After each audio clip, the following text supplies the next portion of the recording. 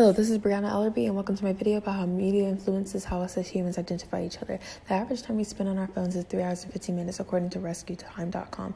Most of that time is spent on social media or news outlets, absorbing amplified information distributed by news channels. The introduction of social media platforms such as Facebook, Twitter, Snapchat, and Instagram has single-handedly changed society and altered the way we view ourselves and other people. These news outlets have certain audiences to appeal to, so how they distribute news to us varies depending on what and who they are talking about and who will see it. For this performance task, I read What Media Classes Really Want to Discuss by Greg M. Smith.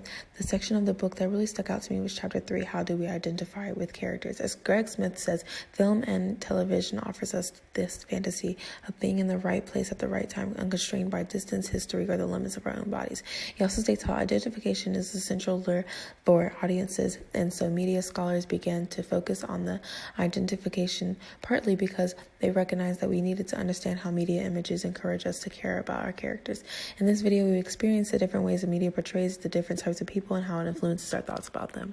In the American society, there's a gender role for men and how they dress and speak, walk, and talk. Though women are subjected to a submissive role, men are also subjected to a dominant role. The role of dominance starts at the beginning grade school, when boys are supposed to be hard and tough. They may go through hardships that have scarred them for life, but because social society tells them to hold their vulnerability and they become bitter, heartbroken, and closed off. Men are always portrayed as strong, focused, and dominant to women, especially in advertisements.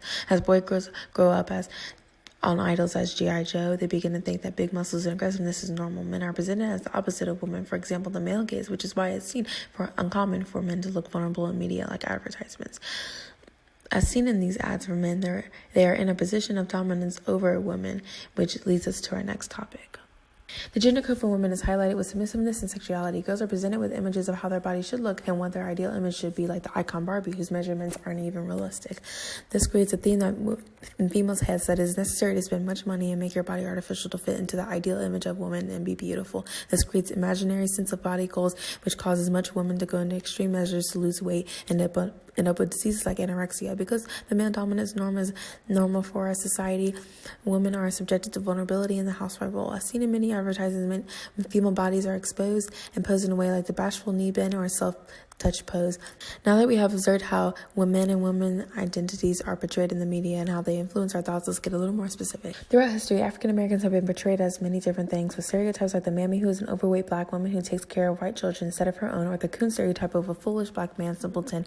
You also have the Uncle Tom stereotype, who is a black house slave who faithfully serves his master. These stereotypes were presented in the media with performances of blackface. These stereotypes were influence the identification of African Americans very negatively. There are still problems with how African Americans are presented. For example, when the New York Times altered O.J. Simpson's mugshot to make him look more ominous by darkening the photo. Though most news media get backlash for any racially provoked statements, there are still biased media presented, especially those on controversial issues. The LGBT community does not get much attention in the media, as the idea of anything than the normal bystander relationship is seen as a normal or an outcast. Though in recent decades, the media has been pushing representation for LGBTQ representation. So you see the representation of gay men, women, etc. represented proudly and loudly, which have also reflected on how people look at the LGBTQ community.